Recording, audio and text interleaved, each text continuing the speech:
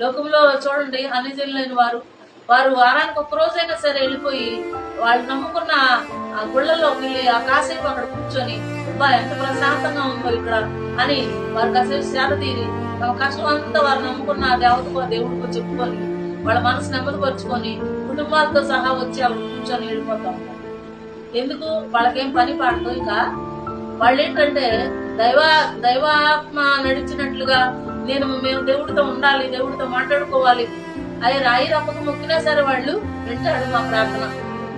ఒక నమ్మకం వాళ్ళలో ఉంటుంది. కానీ మన దేవుడు సజీవుడు కదా, బ్రతుకున్నవాడు కదా, జీవంగలవాడు కదా. ఆయన్ని మనం ఎంత నిర్లక్ష్యం చేస్తున్నాము అని అంటే ఆయనతో కొంచెం సేపు మాట్లాడడానికి కూడా మనకి అవకాశాలు లేవు. ఈరోజు జడ్డి అయిన ప్రతివాడు ఈ జీవన పోరాటంలో చిక్కుకోడు.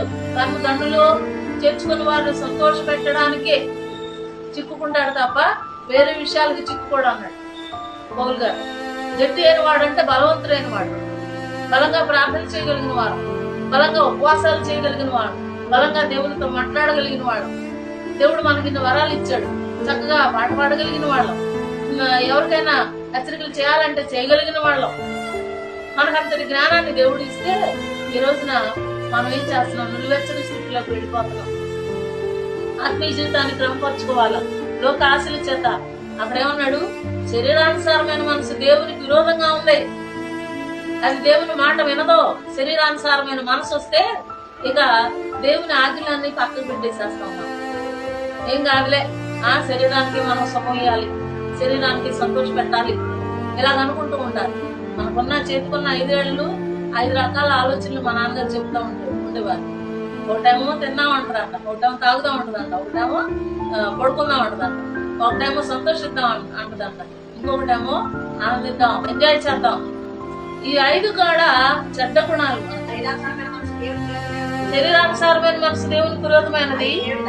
ఆ దేవుని ధర్మశాస్త్రానికి లోబడదు, ఏమాత్రం లోబడలేదు. శరీర స్వభావం గల వారు దేవుని కూడా సంతోషపరచనేరరు.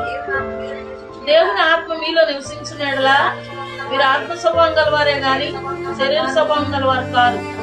ఎవడైనా క్రీస్తాత్మ లేనివాడైతే అది అసలు మనలో క్రీస్తాత్మ లేదని ఎట్లా రుజువైంది అని అంటే ఈ ధర్మశాస్త్రానికి లోబడలేని స్థితి మనలో ఉంటాం.